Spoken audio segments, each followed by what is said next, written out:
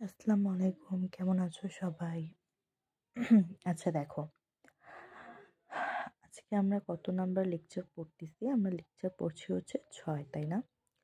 আজকে আমরা যে বিষয়টা নিয়ে আলোচনা করব সেই বিষয় বস্তুর নাম হচ্ছে সরল দোলক।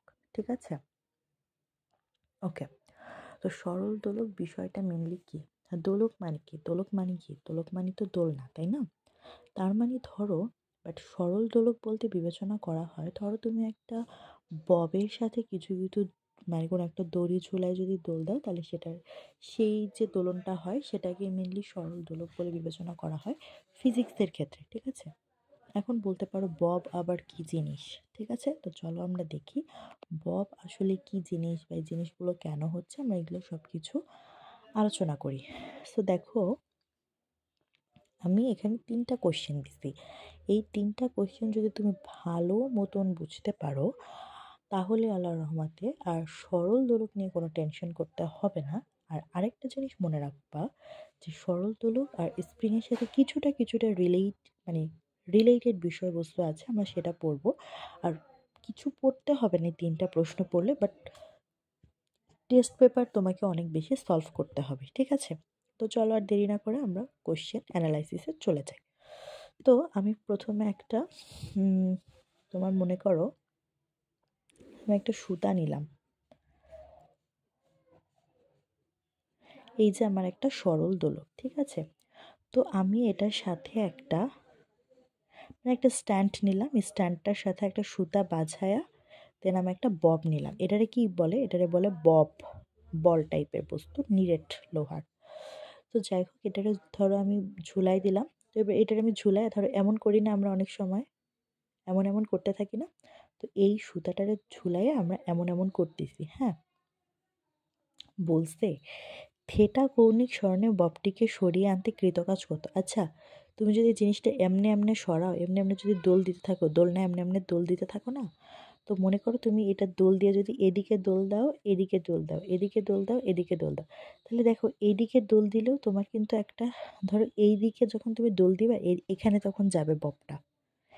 এই যে এখানে যে ববটা যে গেল, ধরো এখানে ববটা গেছে, যাওয়ার পরে এই যে দেখো একটা সরণ, মানে একটা কোণ সৃষ্টি হয়েছে। এই থেটা কৌণিক সরণে, মানে এই যে একটা একটা থেটা হবে আর একটা সরণ হবে, এই সরণে ববটিকে সরিয়ে আনতে কৃতকাজ কত? মানে এই যে তুমি সরাইতেছো, এই যে একটা কাজ করতেছো, মুভমেন্ট করতেছো, বল প্রয়োগ করছো, সরণ হচ্ছে, এটাকে বলা হচ্ছে কি কৃতকাজ। আর এই যে থেটা সরণটা হবে সেটা তো থাকলোই, তাই না? ওকে। এখন তোমরা বলতে পারো জিনিসটা তো এই সাইডেও হইতে পারতো। হ্যাঁ, হইতে পারতো, এটা তোমার ইচ্ছা, তুমি এই সাইডে দিবা না এই সাইডে দিবা। তো আমি এই সাইডে ধরো মনে করে দিলা, এটা ঘুরাই, মানে ধরো এইটাই আমি এমন করে দুলাইতেছি, তো দুলার ফলে আমার এক সাইডে চলে গেল ববটা, ধরো এইখানে গেল, যাওয়ার পর আমার একটা থিটা সরণ হইল। ঠিক আছে? এটার কৃতকাজটা বের করতে বলছে। তো চলো বের করি কৃতকাজ। তো একটা জিনিস দেখো, মনে রাখবা, যখন আমাকে বলবে কৃতকাজ বের করো, আমি তোমাদের কৃতকাজের সূত্র কয়টা পড়াইছি বলো তো? 2টা না? একটা হচ্ছে অভিকর্ষ বলের দ্বারা কৃতকাজ, আর একটা হচ্ছে অভিকর্ষ বলের বিরুদ্ধে কৃতকাজ। অলওয়েজ মনে রাখবা, যদি কখনো তোমাকে প্রশ্নে বলে দেওয়া না থাকে যে অভিকর্ষ বলের দ্বারা কৃতকাজ নাকি অভিকর্ষ বলের বিরুদ্ধে কৃতকাজ, এমন যদি কখনো কৃতকাজ বলে দেওয়া না থাকে, সেক্ষেত্রে তোমরা অলওয়েজ অভিকর্ষ বলের বিরুদ্ধে কৃতকাজ বের করবা। ঠিক আছে? তার মানে এখানে কৃতকাজ কিছু বলে দেওয়া না, তার মানে এটা আমরা কোন কৃতকাজ বের করব? অভিকর্ষের বিরুদ্ধে কৃতকাজ বের করব। অভিকর্ষের বিরুদ্ধে, অভিকর্ষের বিরুদ্ধে কৃতকাজের সূত্র আমরা কি জানি? W equal to M G S. তাহলে আমার এখানে কি বের করতে হবে? আমার এখানে বের করতে হবে W equal to M G H. Right?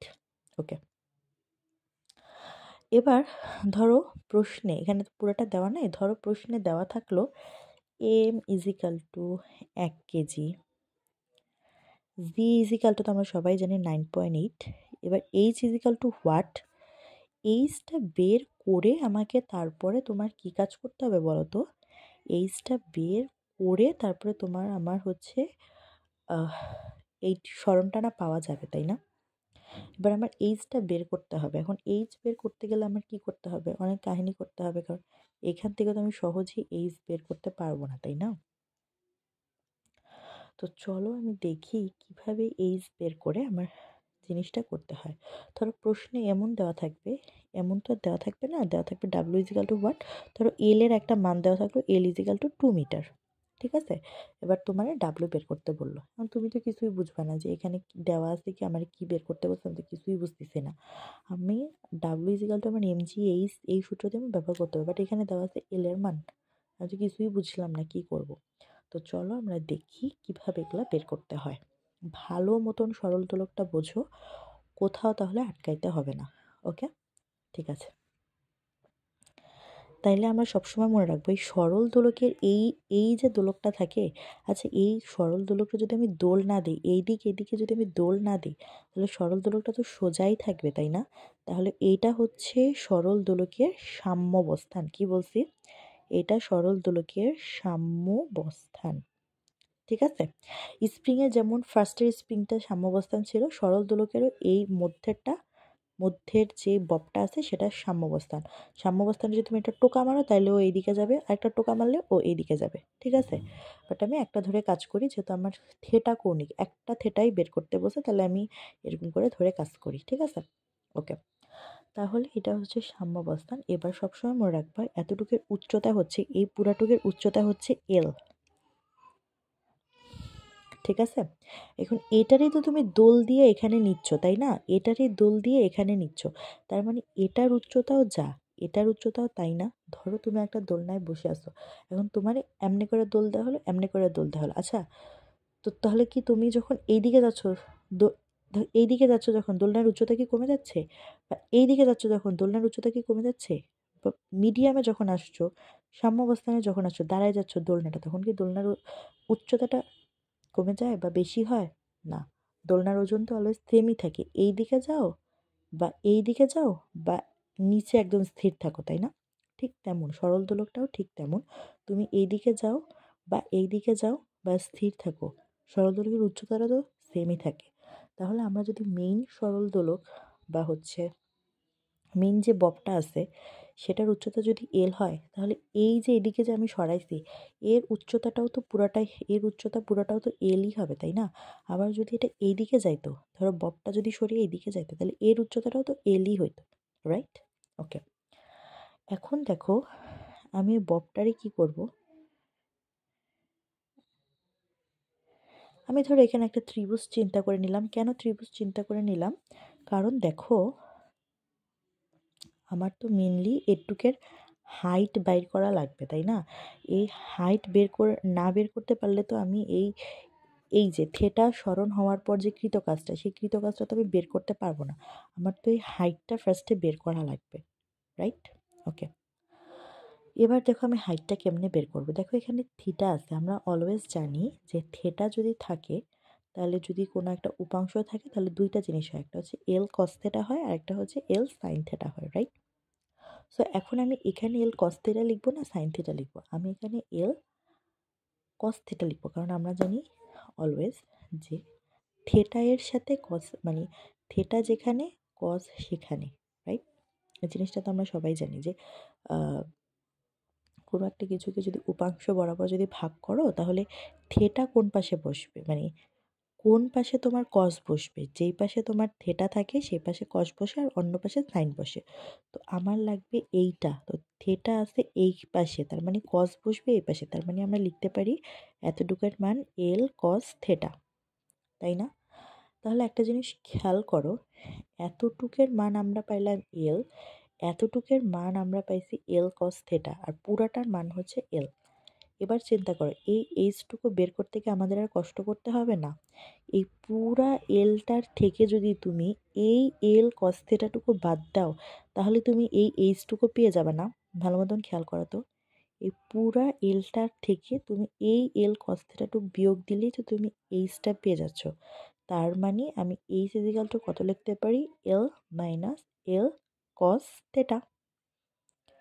কথাটা কি বোঝা গেছে? এই পুরা এই ববটার পুরাটার মান হচ্ছে এল। এখান থেকে আমরা বের করলাম এতটুকুর মান এল কস থিটা। এই পুরা এল এর থেকে আমি এল কস থিটাটুকু বিয়োগ দিলে আমি এতটুকু উচ্চতা পেয়ে যাচ্ছি। এখন বলতে পারি এই উচ্চতা দিয়ে কি করব? এই উচ্চতাই তো আমার লাগবে, কারণ বলছে থিটা কৌণিক সরণ ঘটাতে কৃতকাজ কত। মানে এত দূর যে সরাইলাম, থিটা কোণটা যে হয়েছে এর কৃতকাজ কত। তার মানে এইচ কতটুক লাগবে? এইচ এতটুক লাগবে। তার মানে এই ধরো W equal to M G H. এখন এম এর জায়গায় এম, জি এর জায়গায় জি, এইচ এর জায়গায় আমরা কি লিখবো? L minus L cos theta. তো চলো লিখি, L minus L cos theta লিখলাম, ঠিক আছে। এবার আসো, এটা লেখার পরে মাঝে মাঝে তোমাদের স্যার ম্যামরা একটু চালাকি করে, ঠিক আছে। কেমন চালাকি? ধরো এখানে এম আছে, এখানে জি আছে, তো তোমরা সাধারণত এই যে দেখো এখানে আমি কি লিখে দিয়েছি, এম ইজিক্যাল টু 1 কেজি, তারপরে জি ইজিক্যাল টু 9.8, কস থেটার মান কত, ধরো কোন একটা থেটার মান আমি দিয়ে দিচ্ছি, থেটার মান ধরো আমি দিয়ে দিলাম 60 ডিগ্রি, ঠিক আছে।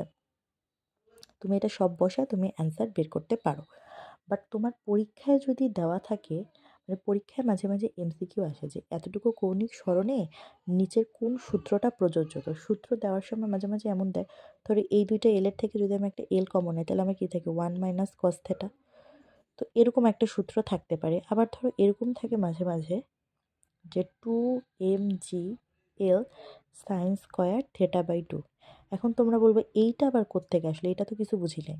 মেনলি কিন্তু এতটুকু লিখলেই তোমার হয়ে যাবে, মানে তোমার সৃজনশীলের ক্ষেত্রে। বাট এই দুইটা মাঝে মাঝে এমসিকিউতে দিয়ে দেয়। এবার আসো এই জিনিসটা আমরা কোথা থেকে পাইলাম? এইখান থেকে আমরা এখানে ড্রপ খায় কেমনে গেলাম? দেখো, আমরা সবাই একটা সূত্র জানি না, ম্যাথে যারা পড়ালেখা করি, ম্যাথ যারা পড়ি তারা এই সূত্রটার সাথে অনেক বেশি মানে সম্মুখীন হও।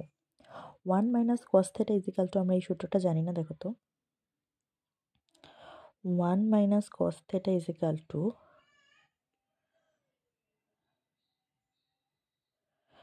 আচ্ছা এটা জানি না আমরা, যে 2 sin square theta equal to 1 - cos 2 θ। এটা একটা সূত্র, ঠিক আছে। এখন আমার হচ্ছে এইখানে আমার 1 - cos থেটার জায়গায় আমার সাইন স্কোয়ার θ/2 বসানোর ইচ্ছা, মানে এই সূত্রের জায়গায় আমার এই 2 সাইন স্কোয়ার থেটাটা বসানোর ইচ্ছা। এখন ইচ্ছা থাকলে তো হবে না, ইচ্ছাটাকে কি করতে হবে? পূরণ করতে হবে। তাহলে এটার আমি কেমনি এটা এখানে এরকম বানাবো? তাইলে দেখো, আমি যদি এখানে কত ছিল? 1 - cos θ। এই 1 - cos θকে 1 - cos θ রে আমি কেমনে 1 - 2 θ বানাবো? তাহলেই তো আমি 2 sin স্কোয়ার থিটা লিখতে পারবো। তাহলে চলো আমরা দেখি। দেখো, আমি যদি এখানে একটা 2 বসাই আর এখানে যদি ভাগ 2 দিই, তাহলে এই 2 আর এই 2 কাটাকাটি হয়ে যায়। তাহলে এটা তো লিখাও যায়, না লিখাও একই কথা।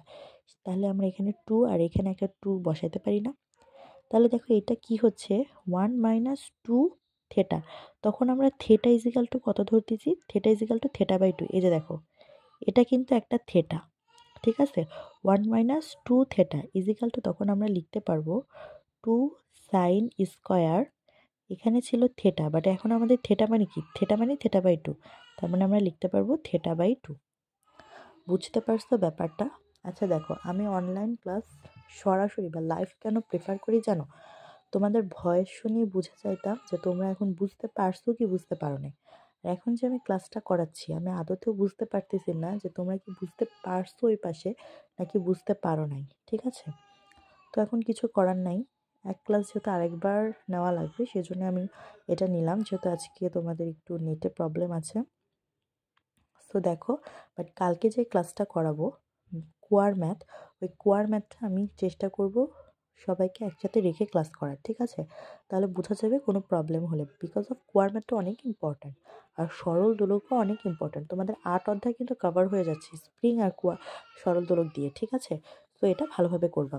তো আমরা এমন করেও এই দুইটা বসে আমরা ম্যাথ করতে পারি। আবার হচ্ছে তোমরা এ পর্যন্ত শিখবা, আর এই দুইটা সূত্র আমাদের শিখতে হবে ফর এমসিকিউ, আর এটা হচ্ছে ইসের জন্য, সবই শিখতে হবে। আর যদি কেউ ম্যাথ বুঝে থাকো, তাহলে তার জন্য এই দুইটা বোঝা কোনো ব্যাপারই না। ঠিক আছে কি নাই। তার মানে আমাদের 1 নাম্বার ম্যাথটা শেষ। এবার আমি 2 আর 3 একসাথে শিখব। সো এইটুকু একটা ক্লাসে থাক, পরবর্তী আমি আরেকটা ক্লাস দিচ্ছি। ওকে?